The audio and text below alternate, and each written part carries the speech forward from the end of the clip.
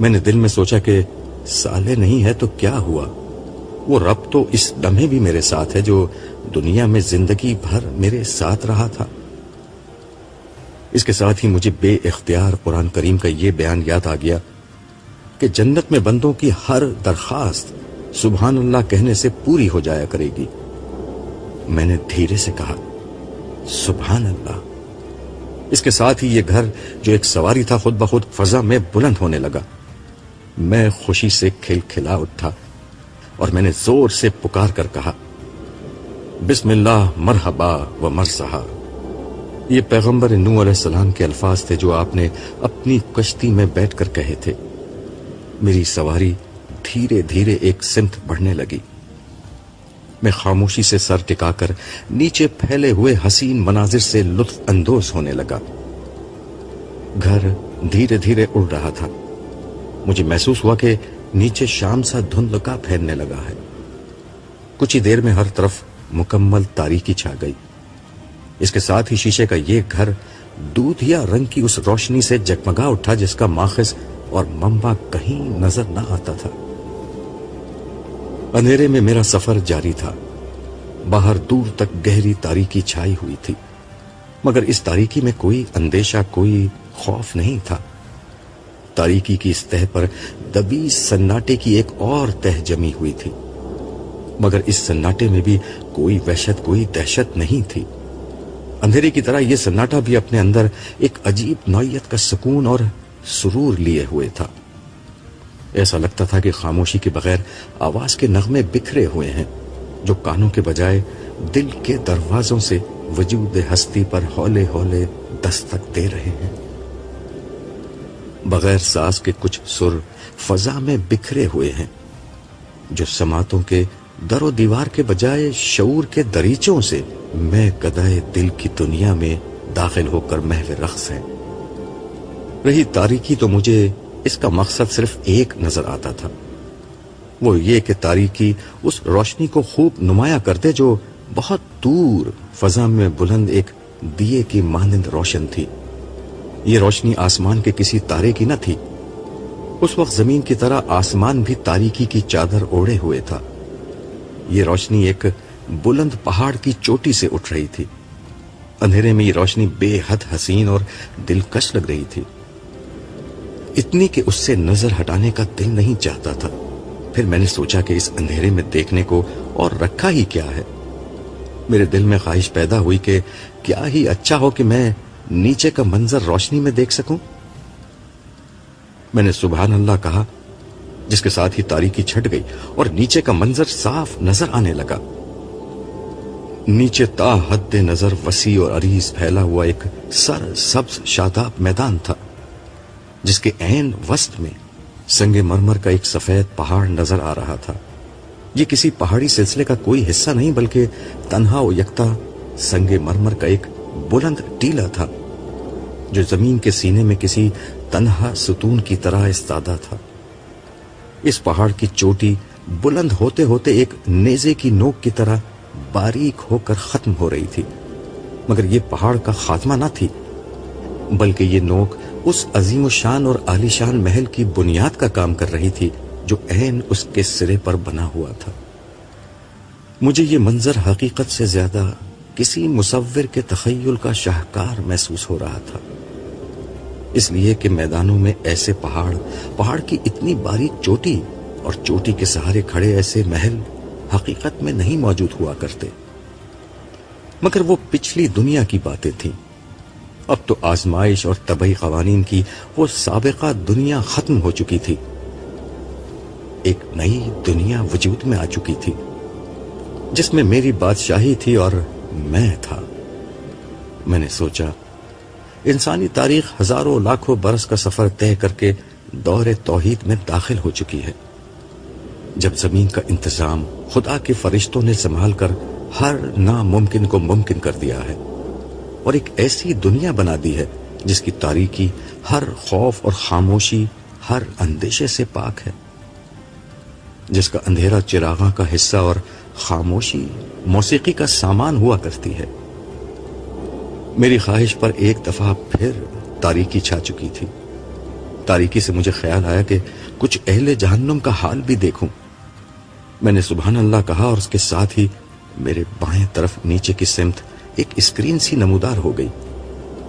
اس پر جو منظر نمودار ہوا وہ حد درجے دہشتناک تھا۔ یہ جہنم کے وسطی حصے کا منظر تھا۔ خوفناک اور توانا فرشتے بھڑکتی ہوئی آگ سے چند انتہائی بد ہیبت اور بد شکل انسانوں کو گھسیٹ گھسیٹ کر باہر نکال رہے تھے۔ ان کے گلوں میں طوق تھے اور پاؤں میں بھاری اور نوکیلی زنجیریں بندھی ہوئی تھیں۔ ان کے چہرے کا گوشت آگ میں جھلس چکا تھا۔ ان کے جسم پر تارکول کا بنا ہوا لباس تھا جس سے سلگتی آگ ان کے گوشت کو جلا رہی تھی۔ وہ شدت تکلیف کے مارے چیخ رہے تھے، رو رو کر اللہ سے فریاد کر رہے تھے کہ انہیں ایک دفعہ دنیا کی زندگی میں جانے کا موقع دیا جائے، پھر وہ کبھی ظلم، کفر اور نا انصافی کے قریب بھی نہیں بھٹکیں گے۔ مگر وہاں چیخنا، رونا اور دانت پیسنا سب بے سود تھا۔ پھر ان جہنمیوں نے چلا چلا کر پانی مانگنا شروع کیا تو فرشتے ان کو گھسیٹتے ہوئے پانی کے کچھ چشموں تک لے گئے۔ یہاں ابلتے پانی سے بھاپ اٹھ رہی تھی، مگر یہ جہنمی اتنے پیاسے تھے کہ اسی پانی کو پینے پر مجبور تھے۔ وہ کھولتے ہوئے پانی کو پیتے اور چیختے جا رہے تھے۔ وہ اس پانی سے منہ ہٹاتے مگر کچھ ہی دیر میں اتنی شدید پیاس لگتی کہ پھر وہ جانوروں کی طرح اسی پانی کو پینے پر خود کو مجبور پاتے۔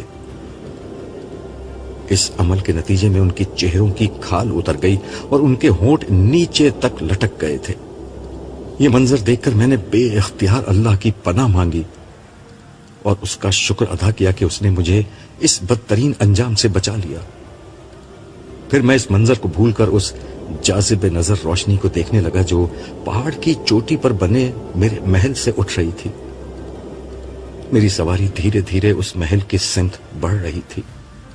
میرے دل میں خواہش پیدا ہوئی کہ محل پہنچنے سے قبل ہی میں یہاں بیٹھے بیٹھے اس کو دیکھ لوں۔ حسب معمول میں نے سبحان اللہ کہا۔ یکا یک میرا کمرہ سینما گھر میں بدل گیا، مگر اس سینما کا اسکرین سامنے نہ تھا، بلکہ دائیں بائیں، سامنے اور اوپر کی سمت محل کا منظر کسی 3D فلم کی طرح چلنے لگا۔ مجھے محسوس ہوا کہ میں خود محل کے اندر موجود ہوں اور سب کچھ دیکھ اور سن سکتا ہوں۔ آج یہاں جشن کا سما تھا۔ بلند پہاڑ کی چوٹی پر میرا یہ شاندار محل بقائے نور بنا ہوا تھا، بغیر قمقموں کے پھوٹتی ہوئی روشنیاں اور بغیر کسی شمع کے منور ہوتے فانوس اس شاندار محل کو اندھیرے کے سمندر میں روشنی کا ایک جزیرہ بنائے ہوئے تھے۔ یہ روشنی ہر سمت اور ہر رخ سے پھوٹ رہی تھی۔ یہ روشنی سے زیادہ رنگ و نور اور قوس و قزح کی وہ برسات لگتی تھی جو نگاہوں کے رستے احساسات کی دنیا کو ہر لمحہ ایک نئی لذت سے روشناس کرا رہی تھی۔ روشنی اس قدر نظر نواز بھی ہو سکتی ہے، کسی آنکھ نے کبھی اس کا مشاہدہ نہیں کیا ہوگا۔ وقفے وقفے سے یہاں نغمہ آنکھ کا ترنم چھڑتا اور دلوں کے تار چھیڑتا ہوا فضا میں بکھر جاتا۔ موسیقی اس قدر مدہوش کن بھی ہو سکتی ہے، کسی سماعت کو کبھی اس کا گمان نہ گزرا ہوگا۔ فضا میں نغمگی کی لہریں ہی معجزہ نہ تھیں، بلکہ دھیمی دھیمی خوشبو کی مہک بھی فضا کو معطر بنائے ہوئے تھی۔ خوشبو اس قدر فرحت انگیز بھی ہو سکتی ہے، کسی انسان نے کبھی اس کا تصور نہ کیا ہوگا۔ وسیع و عریض محل کی راہداریوں پر خدام کی چہل پہل بکھرے موتیوں کا منظر پیش کر رہی تھی۔ ان کے چہروں پر روشنی، لباس میں خوبصورتی، گفتار میں دلکشی اور انداز میں مستدی تھی۔ ان خدام کی منزل محل کے کونے پر بنا وسیع و عریض باغ تھا۔ یہ باغ کیا تھا؟ سبزے، پھولوں اور درختوں کا ایک ایسا گلدستہ تھا جس نے اپنے حسن سے چمن بندی کی ہر انتہا کو مات دے دی تھی۔ ہزارہ رنگ اس باغ میں بکھرے ہوئے تھے۔ صرف ایک سبز رنگ نے اتنی مختلف شکلوں میں اپنا ظہور کیا تھا کہ انہیں گنا نہ جا سکتا تھا۔ بلند و بالا درخت اور ان پر لگے ان گنت اقسام کے پھل، ہر درخت پر مختلف رنگ کے پتے، ہزارہ طرح کے پودے جن پر لگے ہوئے رنگ برنگے پھول و کلیاں، پھر یہ سب کچھ بے ترتیب نہ تھا، بلکہ اصل حسن اس ترتیب میں ہی تھا جس کے ساتھ ان درختوں، پودوں اور پھولوں کو منظم کیا گیا تھا۔ یہ باغ کسی شاعر کی دلاویز غزل کی طرح تھا، جس میں منتشر الفاظ کو وزن، قافیے اور ردیف کے نظم میں پرو کر ایک شاہکار تخلیق کیا جاتا ہے۔ اس حسین و جمیل باغ کے حسن میں وہ راستے اور روشیں قیامت ڈھا رہی تھیں جو یاقوت، موتی، زمرد، نیلم اور فیروزے جیسے قیمتی پتھروں کے سنگ ریزوں سے بنائی گئی تھیں۔ اس پر مزید وہ نہریں تھیں جو باغ کے درمیان بہتی ہوئی آنکھوں کو احساس لطافت اور ان کے بہنے کی آواز کانوں کو سرور بخش رہی تھی۔ ان نہروں میں کسی میں سفید دودھ، کسی میں جھاگ اڑاتا بے آمیز پانی، کسی میں سرخ ارغوانی شراب اور کسی میں بہتے شہد کی موجیں رواں تھیں۔ ہر نہر سے ایک منفرد نوعیت کی خوشبو اٹھ رہی تھی جو قریب جانے والے کو اپنے سحر میں جکڑ لیتی۔ نہروں کے ساتھ اور درختوں کے نیچے جگہ جگہ بیٹھنے والوں کے لیے ہیرے اور جواہرات سے جڑے ہوئے تخت، شاہانہ نشستیں، دبیس قالین اور آرام دہ تکیے رکھے ہوئے تھے۔